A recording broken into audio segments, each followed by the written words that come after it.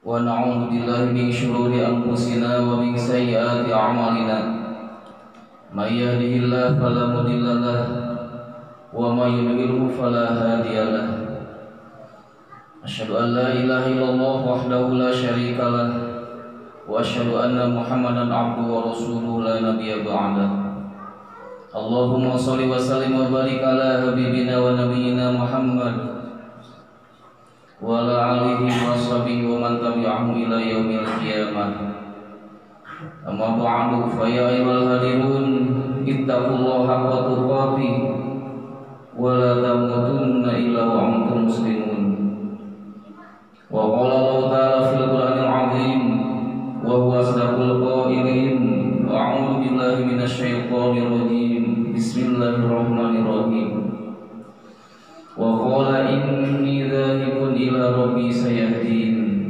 al-ayat.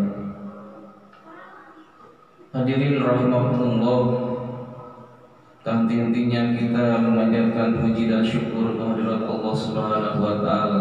Seiring tak henti-henti pula Allah Subhanahu wa taala menurunkan rahmat nikmat kepada kita, zahir dan batin, sehat, iman dan Islam. Kita pun sebagai umat baginda Rasulullah SAW mengucapkan sholawat kepada baginda Muhammad SAW, kepada keluarganya dan sahabatnya.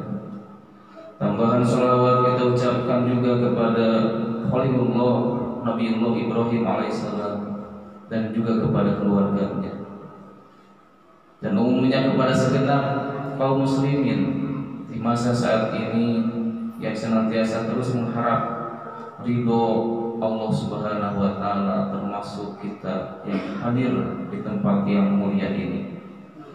Hadirin rahimakumullah, kisah berbeda dengan legenda, berbeda dengan cerita fiktif, berbeda dengan dongeng. Kisah itu sesuatu yang terjadi, yang kemudian Allah sampaikan sebagai wahyu dengan tujuan tertentu. Quran surat Yusuf ayat 111 kaidah kisah disebutkan, laqad kana fi qisasihim ibratul liulil albab.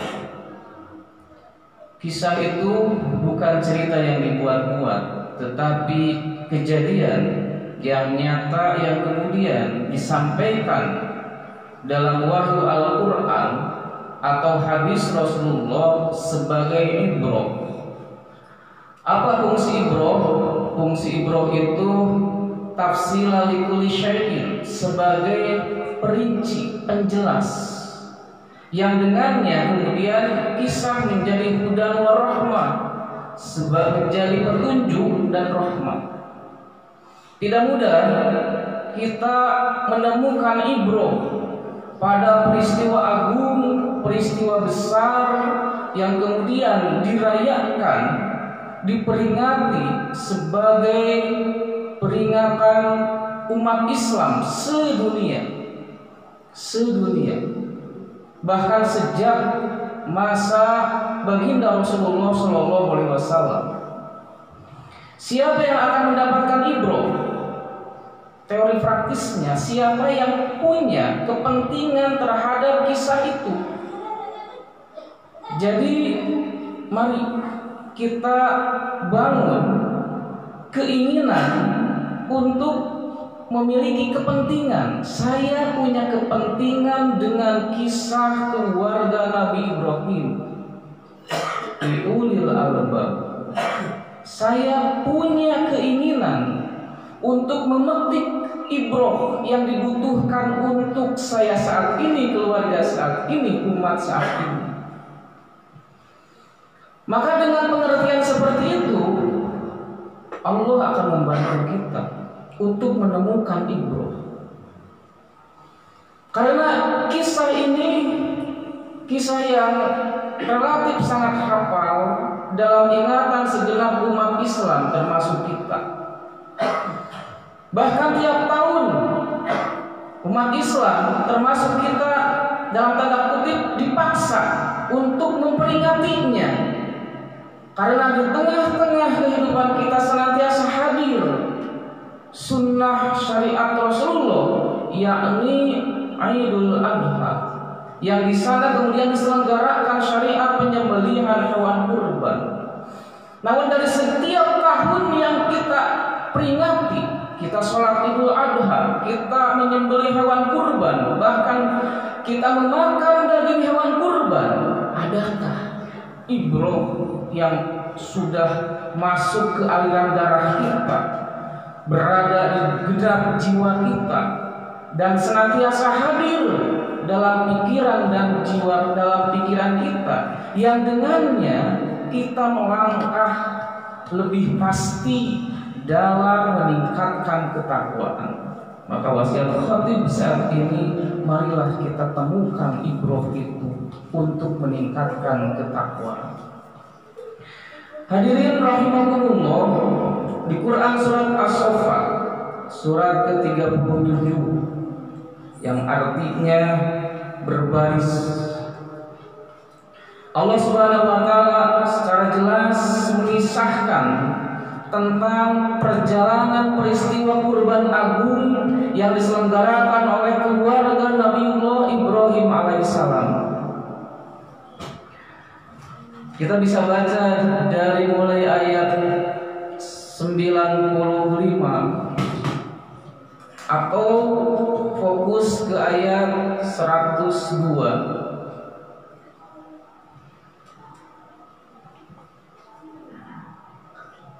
Di ayat 99 disebutkan profil Nabiullah Ibrahim. Ujung dari profil Nabiullah Ibrahim menjelang peristiwa Idul Kurban atau Kurban Agung. Profil ini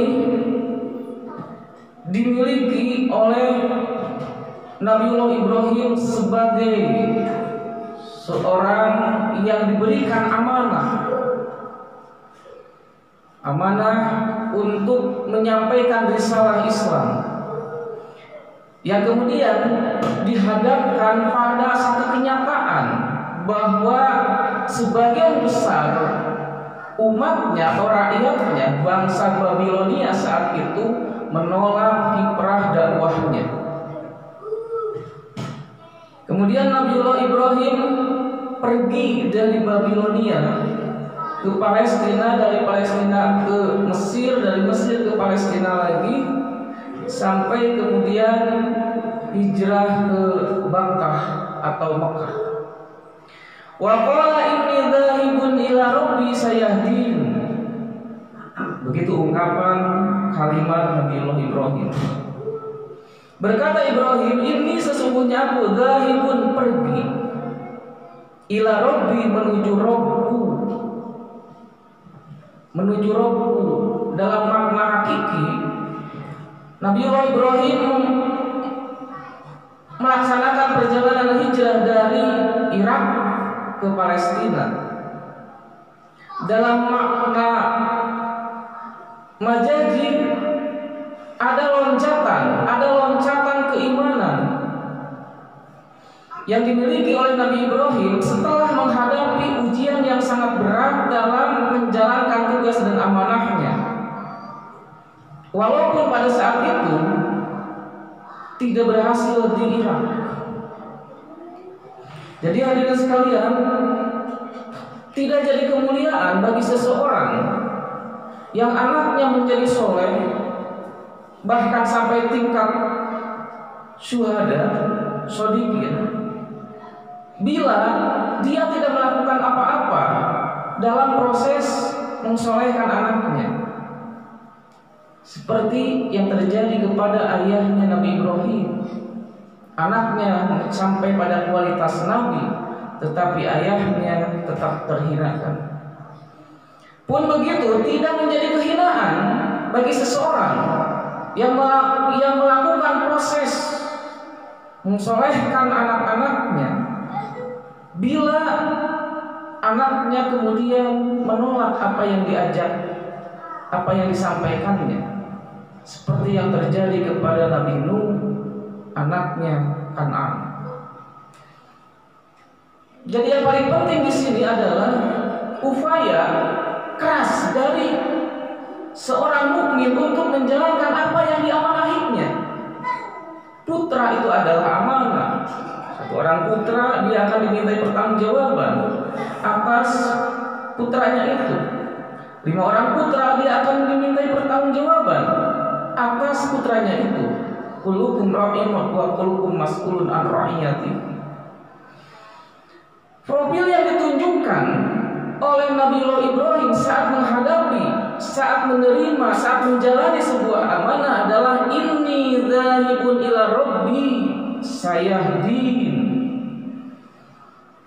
Tak ada kepentingan yang lain atas amanah yang diembannya. Kalau dalam hal ini adalah putra, kalau dalam hal ini adalah keluarga, maka tidak ada kepentingan yang sifatnya personal, yang sifatnya kepentingan diri atas keluarga, atas putra. Semuanya ditujukan untuk Rabb Allah. Sayahdin, maka kemudian Allah memberikan petunjuk. Sampai kemudian diikrarkan oleh Nabiullah Ibrahim visi keluarganya, Rabbi habli minas sholihin. Ya Allah, karuniakanlah kepadaku keluargaku, anak-anakku minas sholihin. Ini profil penting yang mesti dimiliki oleh siapapun yang mengemban amanah. Baik amanahnya itu sekeluarga saja atau lebih dari sekedar keluarga. Baik anak amanahnya itu putra saja, putra biologis ataupun putra yang lebih banyak dari itu seperti peserta didik. Tanpa ada jiwa ini dzahibun ila rabbi, maka Allah tak akan memberikan petunjuk dalam menjalankan amanahnya. Kalau dia dimudahkan dalam menjalankan amanahnya, kalau dia dilancarkan dalam menjalankan amanahnya, jangan-jangan itu istikhraj dari Allah. Itu bukan petunjuk, justru dengannya jadi hina. Inni dzahibun ila rabbi, syarat mutlak bagi seorang pengemban amanah. Kemudian mesti ada visi yang sama-sama dipahami. Kalau dalam keluarga berarti anak yang sudah dewasa harus paham, pasangan juga harus paham bahwa keluarga ini mengusung satu visi minas sholihin, diberikan pengertian, diberikan pemahaman. Fabasyarnahu, kemudian Nabiullah Ibrahim diberikan kabar gembira bi gulamin halim, hadirnya seorang anak yang ideal. Bi gulamin halim, yakni anak yang penyantun dan penyabar. Poin di sini adalah bagaimana kita senantiasa bersikap atau menghadirkan jiwa basyirah, gembira atas apapun yang dihadirkan atau yang diberikan oleh Allah, baik yang sesuai dengan keinginan ataupun yang belum sesuai dengan keinginan. Bukankah Nabiullah Ibrahim alaihissalam baru diijabah doa memiliki keturunan itu di usia yang tidak muda lagi? Para ulama tafsir menyebutkan di usia 84 tahun baru memiliki Ismail, sedangkan doanya dia sampaikan itu sejak awal pertama berumah tangga dengan istrinya. Artinya sebelum Nabiullah Ibrahim diberikan karunia anak, apapun yang dikaruniakan oleh Allah, maka sikapnya adalah basyirah, menerima dengan gembira. Ini yang tidak mudah. Kita ingin anak itu jenius, tapi kenyataan tingkat kecerdasannya kurang. Bagaimana supaya bisa gembira? Fabasyarnahu bi gulamin halim. Nah, menjadi kunci bahwa apa yang dihadirkan atau yang diberikan oleh Allah menjadi kegembiraan. Apa itu? Nah, itu kami, Allah yang memberinya. Tempo dulu orang berbangga mendapatkan sepeda dari presiden, bukan karena sepedanya, tapi siapa yang memberinya. Bukan tidak mampu untuk membeli sepeda, tapi siapa yang membelinya? Orang nomor satu. Ini yang memberinya Allah. Mulkus samawati wal ardh, diberi oleh Allah, gembira. Dua kunci profil yang ditunjukkan oleh Nabi Ibrahim yang semestinya kita dijadikan sebagai ibrah. Pertama, inni dzahibun ila rabbi. Yang kedua, fabasyarna barakallahu li wa lakum innahu wal ghafurur rahim.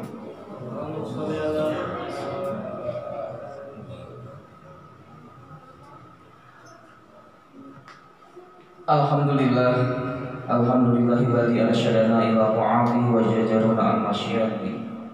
Asyhadu an la ilaha illallah iqraran bi wahdaniyati wa asyhadu anna Muhammadan abduhu wa rasuluhu i'tirafan bi nubuwwati. Allahumma shalli ala Muhammad wa ala alihi wa sahbihi ajma'in. Fa ya ibadallah ittaqullaha haqqa tuqatih wa la tamutunna illa wa antum muslimun. Wa qala Allah ta'ala fil Qur'anil 'azim, a'udzu billahi minasyaitonir rajim. Falamma balagha sa'ya qala ya bunayya inni ara fil manam anni adbahuka fanzur madza tara.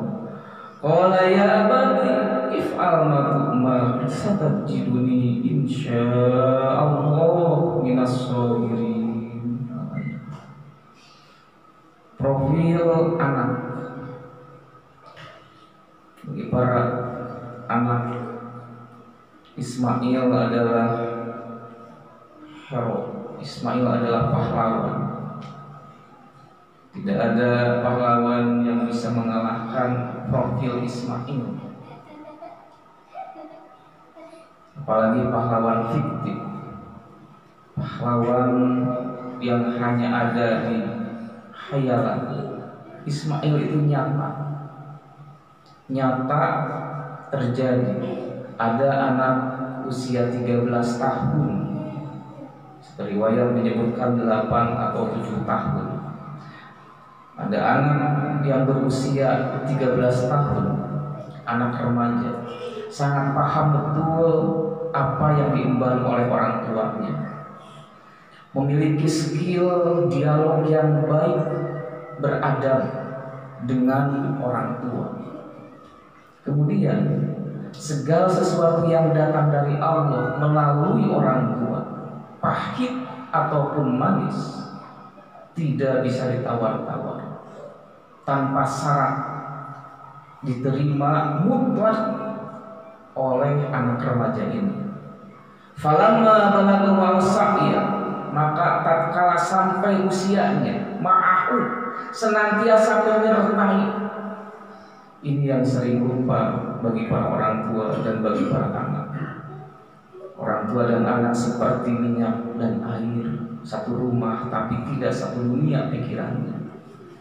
Makan bareng tapi tidak satu visi cita-citanya. Ma'ahu, menyertai. Anak menyertai orang tua menyertai anak. As-sa'ya, bahu-membahu saling membantu untuk menggolkan misi keluarga minas sholihin. Dibutuhkan keseriusan untuk membangun, saling menyertai. As-sa'ya, saling membantu. Sampai kemudian dialog indah antara sang Rasul yang statusnya di hadapan Ismail adalah ayahnya. Ya bunayya inni ara fil manam. Pengetahuan Ismail sampai pada tingkat pengetahuan ilmu nubuwah. Beliau tahu betul bahwa seorang nabi mimpinya adalah wahyu. Makanya Al-Quran itu turun dengan beberapa cara. Bahkan ada yang takallum langsung. Salah satunya dengan lewat mimpi. Isi mimpinya adalah Akbaruka fangdur mada taruh. Fangdur, mengajak untuk berpikir. Tingkat usia 13 tahun bisa memikirkan wahyu Allah, bisa berdialog tentang pesan-pesan robbaniyah. Apa yang dikonsumsi pikiran Ismail saat muda, saat anak-anak, sehingga 13 tahun bisa diajak berpikir. Fandur mada, pendapatnya sudah dipastikan oleh Nabiullah Ibrahim tidak akan keluar dari nadhirah, pikiran yang bersih. Fandur mada, dan jawaban Ismail, ya abati. Beliau tidak memanggil ya Rasul, ya Rasulullah, ya Nabi Allah, tetapi dipanggil, bukan tidak tahu bahwa yang dihadapannya adalah seorang Rasul. Yang duduk di hadapannya, yang ngajak ngobrol itu seorang Nabi. Tapi menunjukkan cinta kepada sosok yang ada di depan, tak mengalahkan cinta kepada perintah Allah. Ya abadi if'al ma tu'mar. Taat tanpa syarat, taat tanpa tawar-menawar. If'al ma tu'mar. 3 kata, tidak dijeda oleh kata-kata yang lain. If'al ma tu'mar. Satajiduni, satu keyakinan yang terbukti selama perjalanan hidupnya. Bukan saufa, tapi satajiduni. Kalau saya bilang sebentar lagi kita akan keluar dari masjid, itu makna dari satu kepastian secara ikhtiar. Satajiduni insya Allah, tapi tetap menggantungkan kudroh irodah kepada Allah. Insya Allah minas sholihin. Hadirin rahimahumullah, kurban agung ini berada di Quran surat As-Saffat yang diwahyukan kepada Rasulullah, dan Rasulullah berhasil menghadirkan sahabat-sahabat muda yang kelak menjadi pemimpin dunia. Umar bin Khattab sebagai khalifah untuk menempatkan gubernur di Irak, untuk menempatkan gubernur di Mesir, untuk menempatkan gubernur di Yaman, tidak pernah bingung saking banyaknya kader yang diwariskan oleh baginda Rasulullah SAW. Salah satu ibrahnya mengambil dari pola pendidikan keluarga Ibrahim. Kita bersama keluarga tidak akan lama. Waktu ajal akan memisahkan. Apakah ada di keluarga kita sosok Ismail, atau setengahnya dari Ismail, atau tanda-tanda yang akan jadi Ismail di masa ini? Bumi ini, tanah ini, air ini, udara ini, dunia ini rindu akan generasi Ismail. Dan sunatullah akan senantiasa terjadi selama kita memenuhi prasyarat sunatullah itu. Maka mari kita pantaskan diri kita di momen Idul Adha ini untuk memberikan pengorbanan terbaik. Agungnya pengorbanan di tahun kita, tahun ini. Apa yang bisa kita korbankan? Allah pasti akan menjawab rindu dan cita-cita kita. Innallaha wa malaikatahu yusholluna 'alan nabi ya ayyuhalladzina amanu shallu 'alaihi wa sallimu taslima. Allahumma amin ya Allah ya rabbal alamin. Allahumma ighfir lil muslimina wal muslimat wal mu'minina wal mu'minat al ahya'i minhum wal amwat bi rahmatika ya arhamar rahimin. Rabbana zalamna zulman katsiran la yaghfiru dzunuba illa anta faghfir lana warhamna fa illam taghfir lana wa tarhamna lanakunanna minal khasirin. Allahumma ya Allah, ampunilah kami ya Rabb. Ampuni kami yang lalai atas tugas dan amanah. Ampuni kami yang malas untuk meningkatkan kualitas diri. Ampuni kami yang senantiasa merasa cukup dengan apa yang ada dalam diri kami. Keimanan kami, keislaman kami tetap ada di sini. Ya Rabb, kami mohon ampun kepadamu atas dolim dan lalai kami. Rabbi habli minas sholihin, Rabbi habli minas sholihin, Rabbi habli minas sholihin. Allahumma ya Allah, karuniakan kepada kami durian kami, keturunan kami, putra putri kami menjadi hamba-hamba yang soleh. Solehnya seperti Ismail alaihissalam, solehnya seperti Ishak alaihissalam, solehnya seperti Yakub alaihissalam, solehnya seperti Yusuf alaihissalam. Ya Allah, jadikan sholawat kami kepada Nabi Ibrahim, sholawat yang mengundang rahmat kepada kami, yang mengundang barokah kepada kami, sehingga hilang keluh kesah yang ada dalam diri kami, hilang tanpa syukur yang ada dalam diri kami, ganti dengan senantiasa bergembira atas apa yang Kau takdirkan.